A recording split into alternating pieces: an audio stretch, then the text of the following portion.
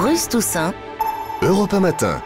Et voici un an après avec celui qui a des atomes crochus avec les archives d'Europe 1. Bonjour Bruno Donnet. Bonjour Bruce, bonjour à tous. Il y a tout juste un an, les chercheurs du CERN découvraient le boson de Higgs. Autrement dit, la clé pour comprendre le fonctionnement de l'univers. Oui Bruce, car le boson de Higgs, c'est une particule, mais pas n'importe laquelle, puisque c'est la particule élémentaire, le chaînon manquant sans lequel les atomes nés du Big Bang seraient restés dans le vide sidéral. C'est un certain Peter Higgs, un physicien britannique qui le premier avait subodorer son existence en 1967. Voilà pourquoi, il y a un an, il était extrêmement ému. C'est une découverte incroyable. Je ne pensais pas voir cela de mon vivant.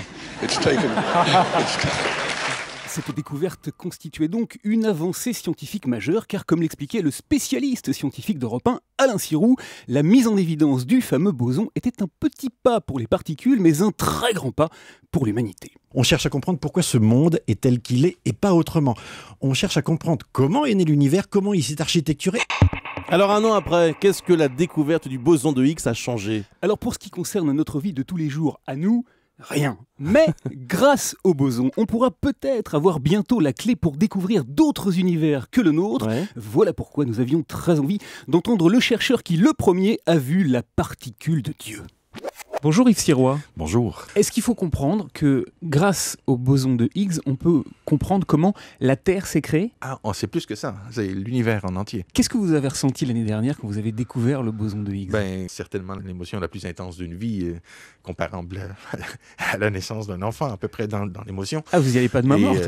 Ah non, oui, tout à fait, c'est quelque chose d'absolument extraordinaire. Un an après, qu'est-ce que cette découverte a changé pour nous, simples mortels? Ça aura un impact absolument majeur sur la technologie de demain. Je vous garantis qu'à l'époque où Einstein a inventé la relativité générale, personne au monde ne pensait que ça pourrait jamais avoir la moindre utilité. Or, votre GPS ne fonctionne pas sans les corrections de la relativité générale. Est-ce que vous avez été récompensé pour cette découverte? Je crois qu'il est assez probable que la découverte du boson de Higgs mène au prix Nobel dès cette année. Est-ce que vous savez désormais comment la Terre est apparue et pour quelle raison elle a cette tête-là et pas une autre? Ça, c'est intéressant. Du point de vue de la physique fondamentale, tout se décide à peu près dans les 3 premières minutes de l'univers.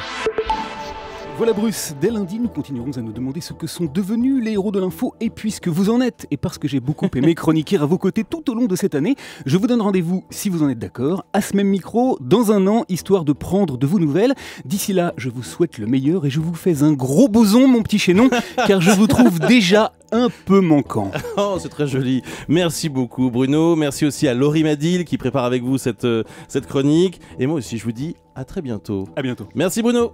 Europe 1, 6h54.